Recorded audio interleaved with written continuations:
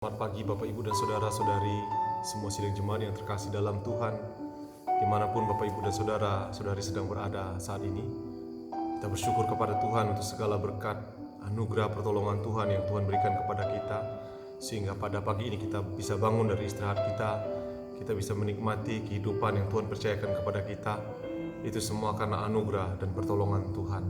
Mengucap syukurlah kepada Tuhan atas segala sesuatu yang Tuhan percayakan kepada kita, dan memintalah hikmat daripadanya, supaya apa yang Tuhan percayakan kepada kita bukan hanya memberkati diri kita, tetapi mampu menjadi berkat bagi orang lain.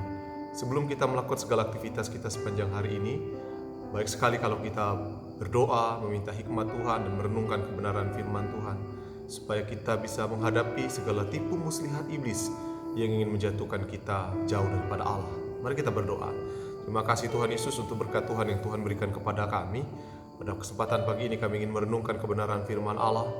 Berbicaralah kepada kami ya Tuhan, sampaikanlah isi hati-Mu, sampaikanlah maksud-Mu dalam kehidupan ini, supaya kami mengerti kehidupan ini seturut dengan kehendak dan rencana-Mu Bapa. Hidup kami bukan hanya milik kami, tetapi hidup kami adalah untuk-Mu ya Tuhan Yesus. Terima kasih Tuhan, kami siap diperbarui oleh kebenaran firman Tuhan dan belajar bersama-sama pagi ini.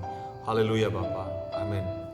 Bapak Ibu dan Saudara yang terkasih dalam Tuhan, mari kita belajar kebenaran firman Allah dari Wahyu pasal yang ke-11 ayat yang ke-15 sampai yang ke-19 dengan judul perikop yaitu Sangkakala yang ke-7, nyanyian puji-pujian para tua-tua. Bapak Ibu dan Saudara, saya berkali-kali menyampaikan bahwa untuk memahami tulisan Yohanes khususnya dalam Wahyu ini, kita betul-betul mengingat bahwa kita percaya ada kehidupan setelah kehidupan ini. Ada sesuatu yang Tuhan ingin berikan kepada kita. Itulah sebabnya disebut dengan nubuatan. Ada yang belum terjadi dan ada yang sudah terjadi dan sedang terjadi. Itulah yang terjadi. Tetapi tulisan ini adalah tulisan untuk menyampaikan peristiwa-peristiwa yang sedang akan terjadi ke depannya. Salah satunya dia menyampaikan bahwa kekuasaan dalam kehidupan ini bukanlah milik manusia. Kekuasaan dalam dunia ini bukanlah punya sekelompok orang atau kekuasaan manusia. Kekuasaan manusia ada batasnya, ada masanya, dan ada akhirnya. Tetapi kekuasaan Allah kekal sebagai pemilik otoritas dalam dunia ini.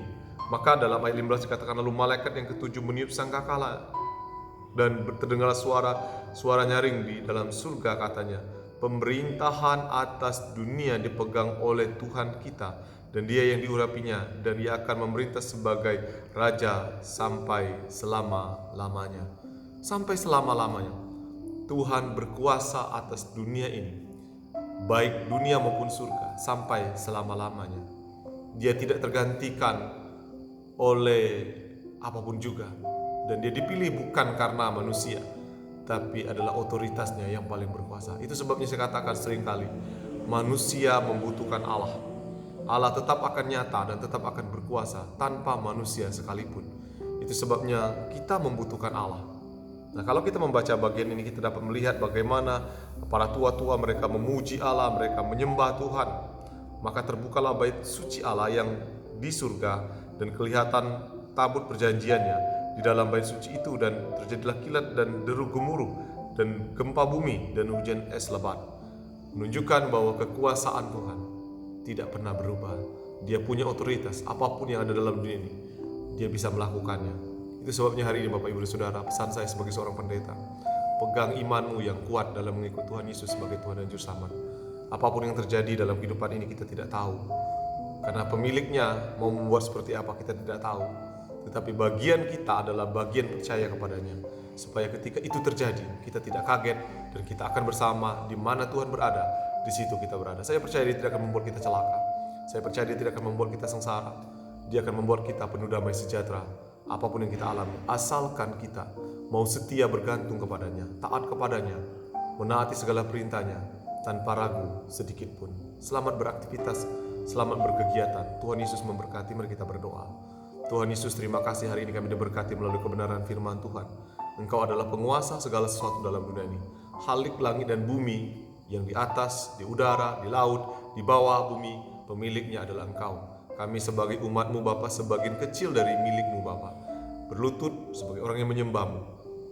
menyerahkan hidup kami ke dalam tangan-Mu Bapa, menjadi penyembah-penyembah yang benar, penyembah-penyembah yang menyenangkan hati-Mu. Terima kasih Tuhan Yesus untuk renungan singkat ini.